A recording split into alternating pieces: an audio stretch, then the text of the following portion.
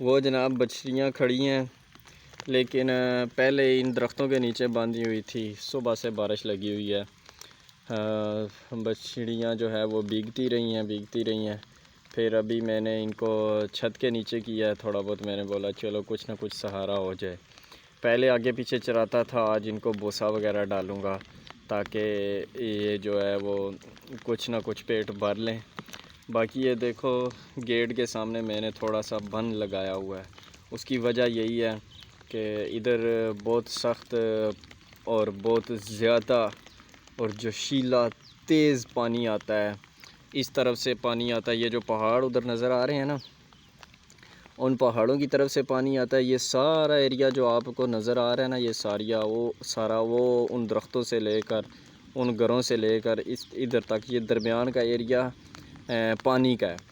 ادھر جب پانی آتا ہے تو پھر پچھلی مرتبہ بھی گھر کے اندر پانی چلا گیا تھا، اس مرتبہ میں نے تھوڑا سا آگے بند لگایا تاکہ پانی اندر نہ جانے پائے۔ اب دیکھتے ہیں، بارش صبح سے لگی ہوئی ہے، دکھائیں گے آپ کو انشاءاللہ نیکسٹ ویڈیو میں کہ کتنا پانی آیا ہے یہاں ہمارے علاقے میں۔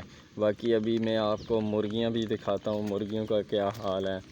بیچاری اپنے اپنے کمروں کے اندر ہیں، لیکن صبح سے دانہ پانی نہیں ڈال سکا کیونکہ وجہ یہ ہے کہ بارش بہت تیز تھی۔ ابھی بارش تھوڑی سی کم ہوئی ہے، ابھی ان کو دانہ پانی بھی ڈالیں گے، لیکن بارش رکے گی تو دانہ پانی صحیح۔ یہ دیکھیں بارش سے گھر کے اندر بھی کتنا پانی کھڑا ہے، ہر طرف پانی پانی ہے۔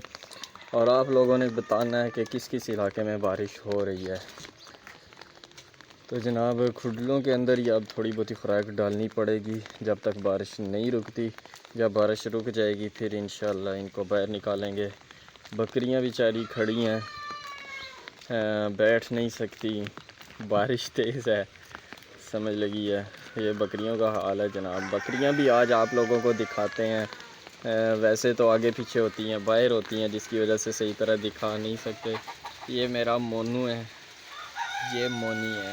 اچھا، یہ دو بکریاں ابھی پٹھ ہیں، یہ 8-10 دن رہ گئی ہیں اس کو بچے دینے میں۔ دعا کریں 2 بچے دے، اس کے بھی جو ہے نا وہ 20-25 دن رہ گئے ہیں، یہ بھی بچہ دینے والی ہے انشاءاللہ۔ تو باقی یہ بڑی مرغیاں، یہ تو خشک ہیں، ان کا تو کوئی مسئلہ نہیں ہے، ان کا سیٹ اپ کچھ نہ کچھ بہتر ہے کیونکہ یہ پچھلے سال کا سیٹ اپ ہے، وہ بھی نئے بنائے تھے، ان سیٹ اپس کے اوپر چادریں لگائی ہوئی ہیں۔